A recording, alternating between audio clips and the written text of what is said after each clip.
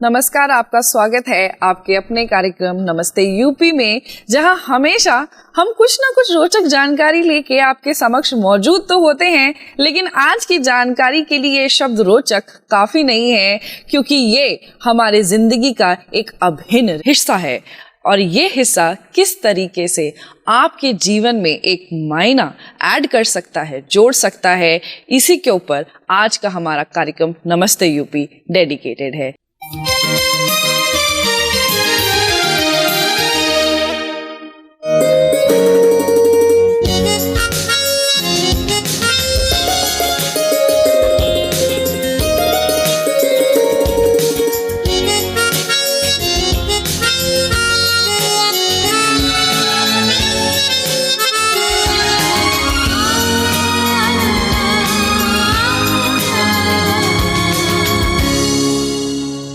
जी हाँ, आज हम बात करने वाले हैं रामायण के बारे में, और वो भी आज के परिदृश्य में, 21st सेंचुरी में क्या है रामायण का वैल्यू। और रामायण एक ऐसी चीज है जिसके बारे में कोई इंट्रोडक्शन या कोई जानकारी देने की आवश्यकता नहीं है, चाहे आप भारत में रहें या भारत से बाहर दुनिया के किसी भी कोने में। और आज इस महत्वपूर्ण विषय पे बात करने के लिए हमारे स्टूडियो में मौजूद हैं हमारी एक्सपर्ट राज स्मृति जी, जो कि एक लेखिका हैं। मैम, आपका बहुत बहुत स्वागत है हमारे स्टूडियो में। बहुत बहुत धन्यवाद। ओम नमः जी। और हमारे स्टूडियो में मौजूद हैं आद्या, जो कि गायिका हैं। आद्या, आपका भी बहुत बहुत स्वागत है हमारे स्टूडियो में। और हालांकि हम अपने प्रोग्राम की शुरुआत करेंगे, लेकिन मुझे ऐसा लगता है कि जो ये मौसम और समय है वो भी इस विषय के बारे में बात करने के लिए काफी रोचक है। तो आद्या, कैसा रहेगा कि अगर हम आपसे कुछ सुनते हुए इस प्रोग्राम की शुरुआत करें? बिल्कुल बिल्कुल। क्या सुनाने वाली हैं आज आप हमें? एक इस मौसम में मैं एक कजरी ना सुनाऊं तो कैसे काम चलेगा। बिल्कुल, कजरी प्रस्तुत करती हूँ जी। हरे रामा रिम झिम पड़त फुहार बदरिया छाई रे हारी के। हरे रामा रिम झिम पड़त फुहार बदरिया छाई रे हारी। देखो झूम रही अमराई, हाँ देखो झूम रही अमराई। रस पवन चलत पुरवाई हो रामा, हरे रामा दादुर करत पुकार बदरिया छाई रे हारी। हरे रामा रिम झिम पड़त फुहार बदरिया छाई रे हारी। सखियन संग गाय बजरिया, सखियन संग गई वे कजरिया।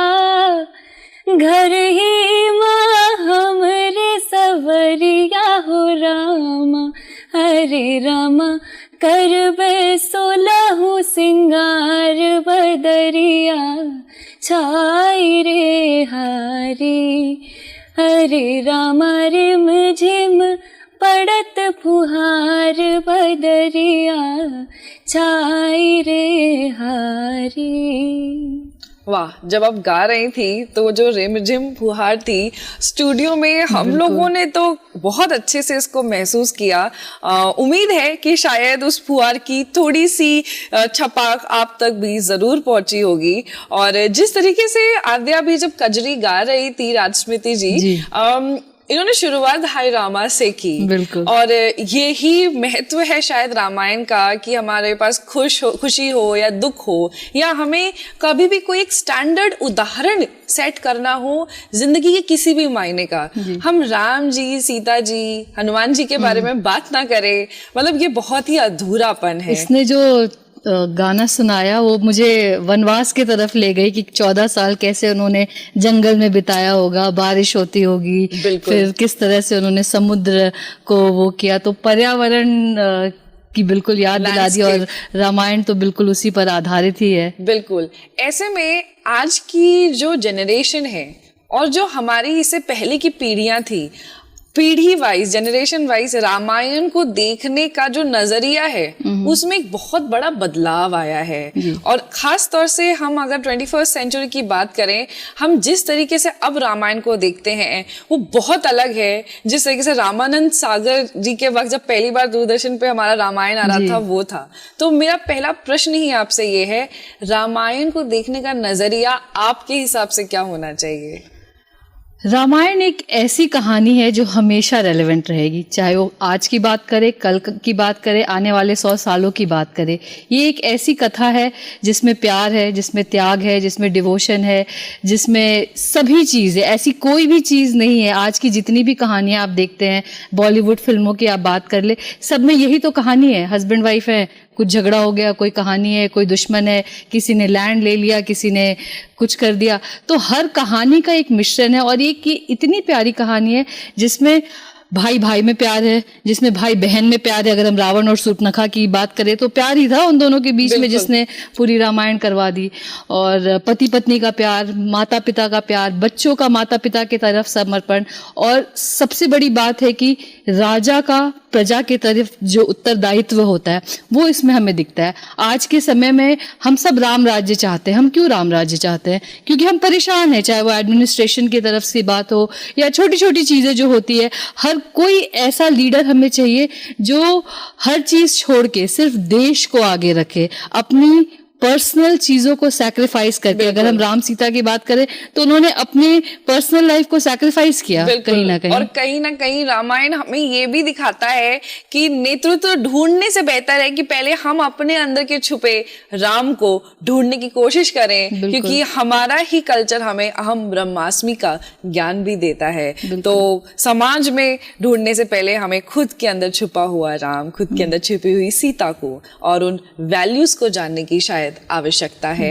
और इसी के साथ मैम एक बहुत बड़ा डिफरेंस है हमारे इस कल्चरल कंटेंट के बारे में कि ये एक फिलॉसफी, बहुत स्ट्रॉन्ग लाइफ की फिलॉसफी होल्ड करती हैं। तो अगर आप कुछ छुपी हुई फिलॉसफीज के बारे में हमारे दर्शकों को बता सके, बिल्कुल रिवाइव करा सके। बिल्कुल।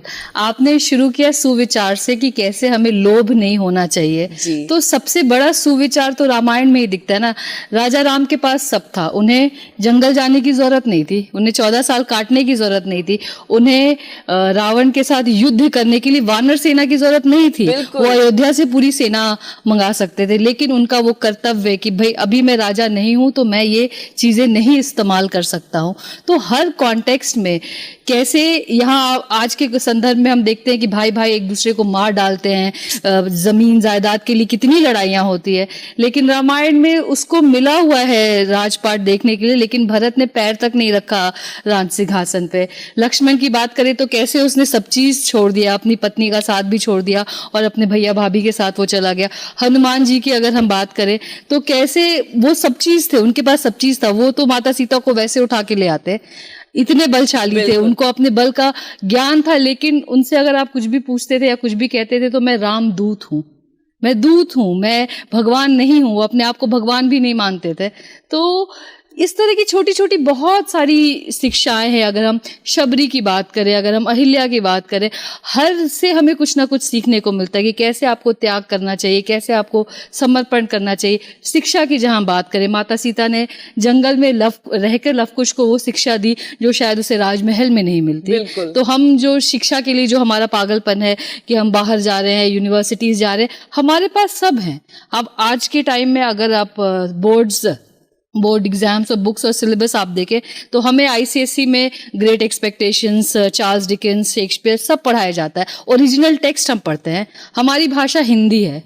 जिस भाषा को हम जानते हैं, जो हम समझते हैं, जिसमें हम पैदा हुए हैं, उसकी हम रामायण नहीं पढ़ रहे हैं, उसकी हम महाभारत नहीं जान रहे हैं, और हम बाहर की शिक्षा को, अच्छी बात है, हमें पढ़ना चाहिए, हमें जानना चाहिए। शायद इसी वजह से आज भारतीय हर जगह हैं, देश विदेश सब जगह नाम रोशन कर रहे हैं। बट अपने संस्कारों को, अपने वेदों को, अपनी चीज़ों को भुलाकर जो हम कर रहे हैं वो शायद कहीं ना कहीं नहीं होना चाहिए। जिस तरह से शेक्सपियर है, टेक्स्ट पढ़ने के लिए है आईसीएसई में, सीबीएसई हो, गवर्नमेंट बोर्ड हो, उन सब में रामायण भी होना चाहिए। बिल्कुल, ये आपका विचार काबिले तारीफ है और कहीं कहीं मुझे ऐसा भी लगता है कि शायद हमारा कल्चर की जड़ें इतनी मजबूत हैं कि उन्हें पढ़ने के लिए शायद हमें स्कूल जाने की भी आवश्यकता नहीं है, क्योंकि हमारे घर में हो रहे हर कार्य उससे कहीं ना कहीं बहुत मजबूती के साथ जुड़े हुए हैं। किस तरीके से हम कैरेक्टर्स, उनकी values, because Ramayan is all about कि हमारी जो वैल्यूज हैं, जो राइट है, चाहे कुछ भी हो जाए हमें उसकी तरफ खड़ा होना है।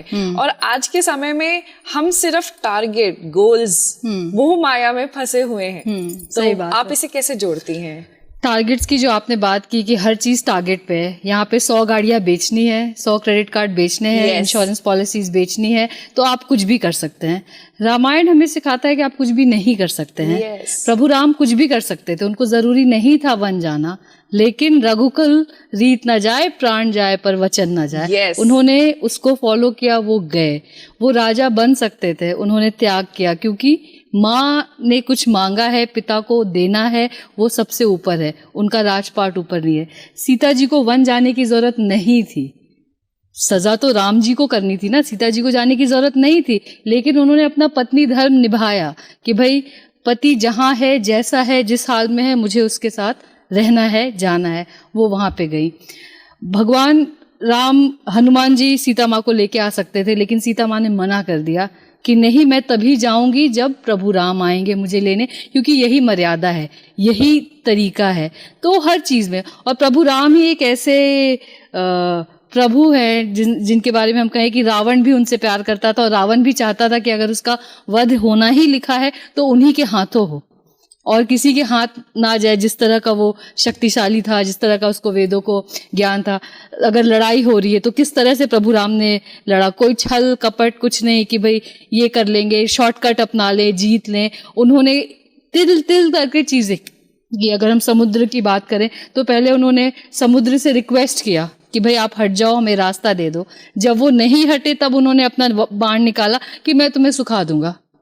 तब उनको वो मिला कि भाई आपके पत्थर डालिए, पत्थर राम के नाम पे डूबेंगे नहीं। तो हर चीज की एक मर्यादा है। किस तरह से उन्होंने पूरी वानर सेना बनाई, किस तरह से सुग्रीव और बाली का इंसाफ किया। लंका विजय के बाद वो राजा बन सकते थे, लंका को अपने अधीन कर सकते थे, लेकिन उन्होंने ऐसा नहीं किया क्योंकि वो उनका पर्पस नहीं था। उनको सीता माँ को वापस लेके आना था। लंका जिनका था, जिसका उत्तरदायित्व था, उन्हें विभीषण को राजा वहां पे बना दिया। तो हर तरह से हम देखते हैं कि उन्हें मेहनत करनी पड़ी, उन्हें स्ट्रगल करना पड़ा, उन्हें हर वो काम करना पड़ा जो वो शॉर्टकट में हटा सकते थे, लेकिन उन्होंने ऐसा कुछ नहीं किया। उन्हें पर्यावरण का भी ख्याल था, उन्हें जीव जंतु का भी ख्याल था, उन्हें पशु पक्षी का भी ख्याल था। इसीलिए आप रामायण अगर देखोगे तो देखोगे कि हर कोई उनकी हेल्प कर रहा था। बिल्कुल, everyone was helping him to reach his goal। और यहाँ पे एक सबसे इंटरेस्टिंग पॉइंट मेरे जहन में आया है। आज के समय पे हम इन्वायरमेंटल कोएग्जिस्टेंस की बात करते हैं, ग्लोबल वार्मिंग है और हम बात कर रहे हैं कि हमें अपने पर्यावरण को बचाना चाहिए। और शायद भारत की संस्कृति और भारत में मौजूद कुछ ऐसे लेख हैं जो आपको ये बताते हैं कि हम कभी भी जानवरों के साथ, बाकी जीवों के साथ मतभेद नहीं, उनके साथ इस प्रकार से मिलजुल के रहते थे कि पर्यावरण का संतुलन हमारे जीवन का एक अटूट हिस्सा था। और इसी के साथ हम आगे चलेंगे और पर्यावरण की बात करें और थोड़ी सी और कजरी और थोड़े से और गीत ना सुने तो बहुत अधूरा सा महसूस होगा। तो आद्या, क्या है अगला हमारे पास? ऐसा झूला करके एक गीत है जो कि काफी मिश्र भाषाओं में, हालांकि सावन में झूलों का रेलेवेंस अपने आप में है जी, तो उस पे काफी नया सा टेक है जी, तो मैं सुनाती हूँ। बिल्कुल।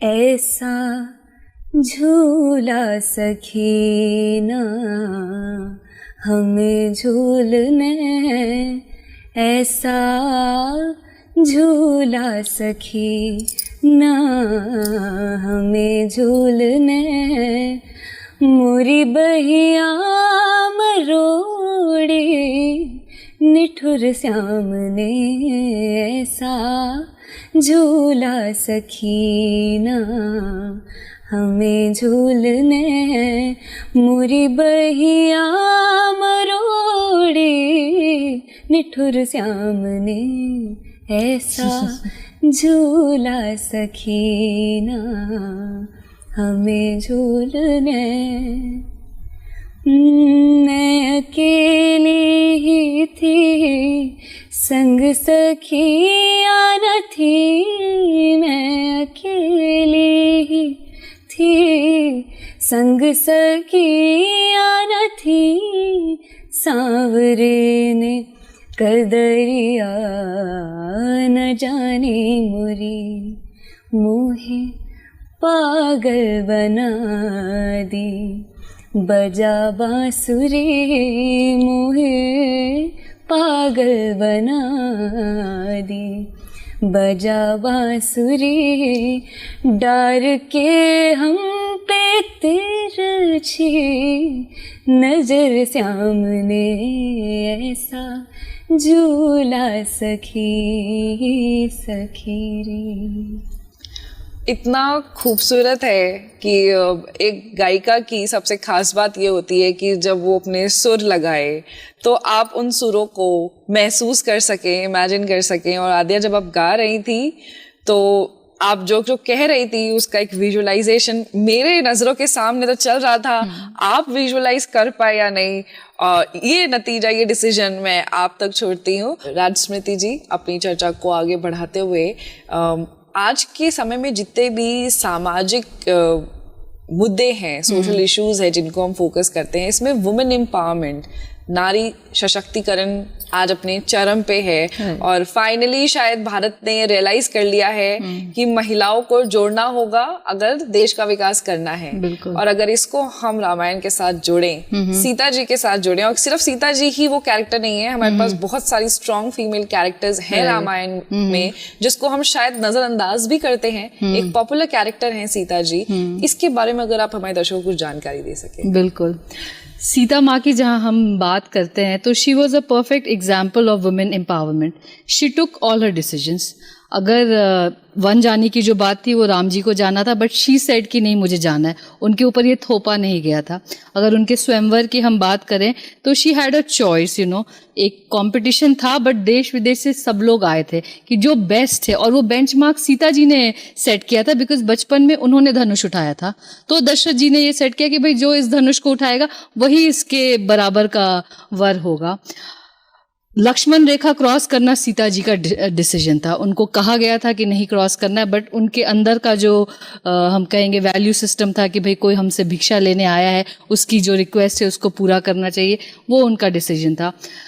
रावण को उन्होंने बिल्कुल अपने अलग रखा, कि रावण उनको हाथ भी नहीं लगा सकता था। That was the kind of character she had. So that is what we want in the women of today, कि आपकी मर्जी के खिलाफ कोई आपको छू भी ना सके, वो आपका कैरेक्टर होना चाहिए। बीइंग अ फीमेल हमें खुद मजबूत बनना है और हमें खुद इतना आगे बढ़ना है, अपने ऊपर समय देना है, अपने बारे में सोचना है कि हम बेझिझक अपने विचारों को, अपने चॉइसेस को अपने आसपास और समाज में रखें, और सिर्फ वो ना बोलें जो लोग उम्मीद करते हैं कि हमें बोलना, कहना या करना चाहिए। इसका मतलब है कि एक गुड गर्ल की डेफिनेशन से निकल के एक सशक्त भारतीय महिला बनने का सफर और उसकी प्रेरणा हमें रामायण से लेनी चाहिए। और आगे बढ़ते वक्त शिक्षा, जो आज के समय में बहुत ही कॉमर्शलाइज हो गई है, और रामायण हमें गुरुकुल का कल्चर, गुरुकुल की रीत भी सिखाता है। तो शिक्षा को हम कैसे रामायण के साथ जोड़ सकते हैं?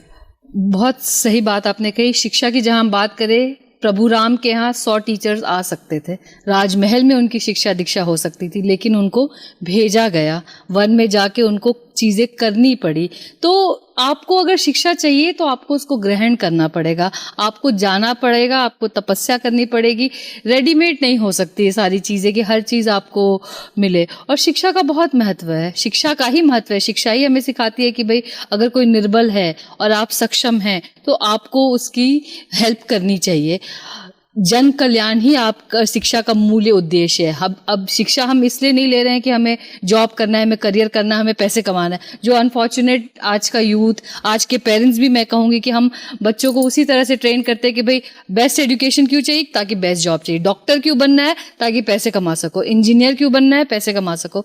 भाई डॉक्टर इसलिए नहीं बनते थे कि पैसे कमाना है, 1000 करोड़ का नर्सिंग होम खोलना है। डॉक्टर इसलिए करे, एक वैद्य का क्या काम था कि आपको औषधि बनानी है, आपको इलाज करना है। बिल्कुल। और आपका नेचुरल इंक्लाइनेशन किस तरफ है, आपकी चॉइसेस क्या है? आप जब पैदा होते हैं तो कुछ क्षमताओं के साथ पैदा होते हैं और उन क्षमताओं को अपने चरम तक पहुंचाने का कार्य शिक्षा का होता है। और जब वो क्षमता इस काबिल हो जाए कि जन कल्याण में अपना भागीदारी दे, तो आप बिना किसी मोह के उस सफ़र पे चलते हैं और पैसा और बाकी चीज़ खुद ब खुद आपके पास आती है। ये एक बहुत ही महत्वपूर्ण जानकारी है रामायण के बारे में।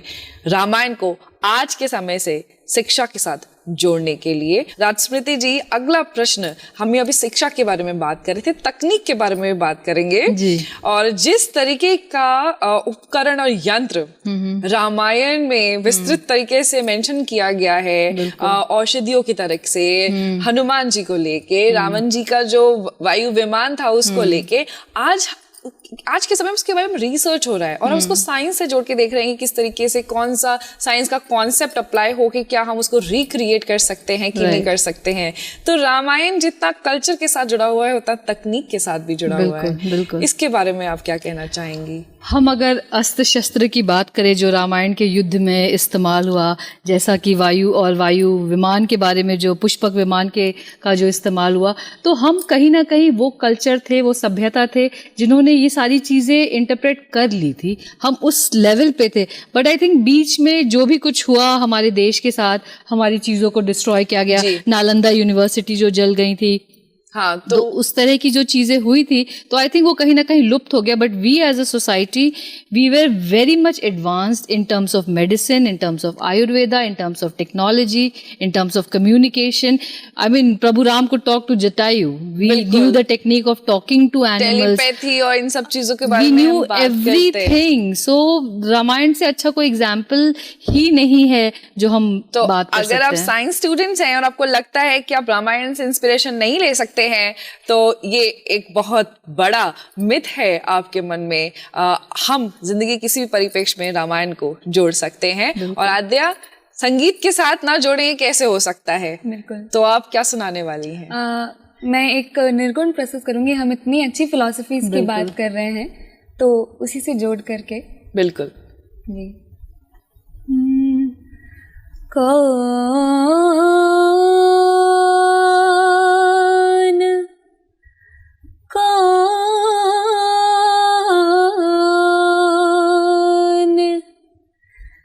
ठगवा ठगवा ठगवा नगरिया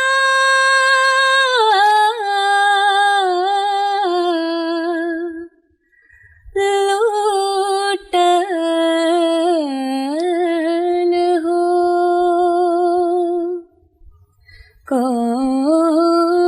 कौन